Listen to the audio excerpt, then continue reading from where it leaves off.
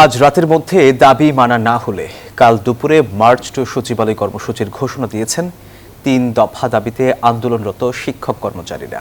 একই সাথে শহীদ মিনারে অবস্থান সহ কর্মবিরতিও চলবে বলে জানিয়েছেন তারা।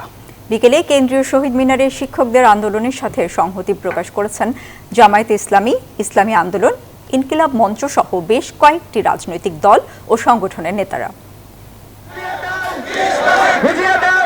মূল বেতনের 20% হারে বাড়ি ভাড়া ও উৎসব ভাতা বৃদ্ধির দাবিতে লাগাতার কর্মসূচির অংশ হিসেবে দ্বিতীয় দিনের মতো কেন্দ্রীয় শহীদ মিনারে অবস্থান করছেন এমপিভুক্ত শিক্ষকরা। অবিলম্বে এ সংক্রান্ত প্রজ্ঞাপন জারি না হলে মঙ্গলবার মার্চ টু সচিবালয় কর্মসূচি করবেন তারা।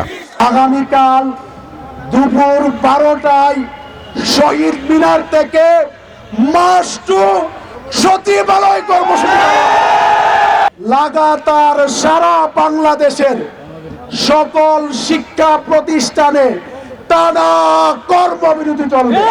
বিকেলে শিক্ষকদের আন্দোলনের সাথে সংহতি প্রকাশ করেন বিভিন্ন রাজনৈতিক দল, জানান শিক্ষকদের দাবি নিয়ে মতামত।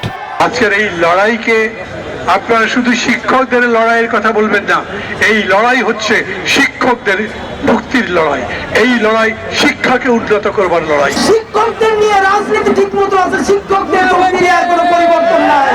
যদি দেশ বাঁচাইতে চান শিক্ষা বাঁচাইতে হবে, শিক্ষক না বাঁচলে শিক্ষা বাঁচবে না। শিক্ষক শিক্ষার্থীদের পরে পুলিশ বাহিনী দিয়ে লাঠিচার্জ করা হয়েছে, এটা কখনোই কাম্য নয়। শিক্ষকদের আন্দোলনের সাথে সংহতি জানিয়ে বাংলাদেশ জামায়াত ইসলামের নায়েবে আমির অধ্যাপক মুজিবুর রহমান বলেন, আগামীর নির্বাচনকে সুষ্ঠুভাবে করার জন্য শিক্ষকদের ভূমিকা অপরিসীম, তাই তাদের দাবি পূরণ হওয়া দরকার। সকল জাতীয় ইলেকশনে এই ইলেকশনকে সুন্দর করার জন্য এবং সত্যিকারভাবে গ্রহণযোগ্য করার জন্য, ফ্রি ফেয়ার ইলেকশন করার জন্য শিক্ষকদের যে ভূমিকা, তারা যে চেষ্টা করে থাকে, এটা গোটা জাতির জন্য একটা বিরাট আমানত স্বরূপ।